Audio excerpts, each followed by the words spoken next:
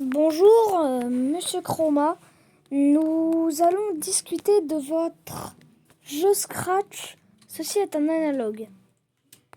Du coup, j'ai joué sur le jeu, donc ce n'était pas moi qui l'ai créé. Je ne sais même plus qui l'a créé. Je crois que c'est un certain Funny Animator. Donc voilà, j'y joue. C'est les backrooms, level 0, très compliqué. J'ai énormément de difficultés à terminer le jeu, je le termine.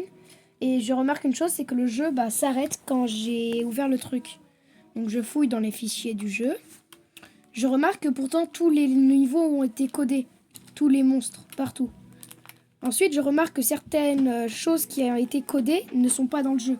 Comme par exemple les niveaux. Mais par exemple, le menu devait avoir des images qui ne se sont jamais affichées.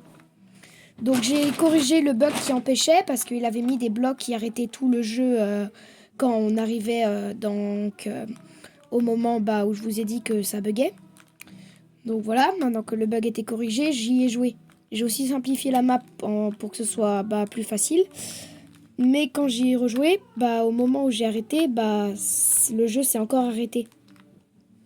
Donc j'ai rajouté un screamer qui arrive tout long pour que je puisse savoir si le jeu est encore en route.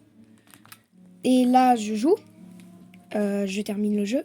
Je remarque que le jeu est encore en route, mais qu'il n'y a plus d'action. Dans le sens où il n'y avait plus les screamers, alors que le jeu était encore en route, et donc les screamers devraient continuer. Je n'ai pas compris pourquoi, puis ensuite je me suis retrouvée sur mon compte Xbox. J'ai vu que les backrooms avaient été installés puis désinstallés et que mon pseudo avait changé pendant quelques secondes. Mon pseudo était devenu backroom. Donc sur le moment, j'ai eu un peu peur. Mais je vois pas ce que je peux faire contre, à part essayer de comprendre d'où vient le problème.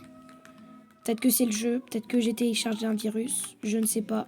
Je ne le saurais peut-être pas, mais je vais au moins essayer de le savoir. Très bien. Nous vous laissons sur cette histoire terrifiante. C'est juste pour vous rappeler la morale de cette histoire, c'est vous n'êtes jamais en sécurité sur Internet.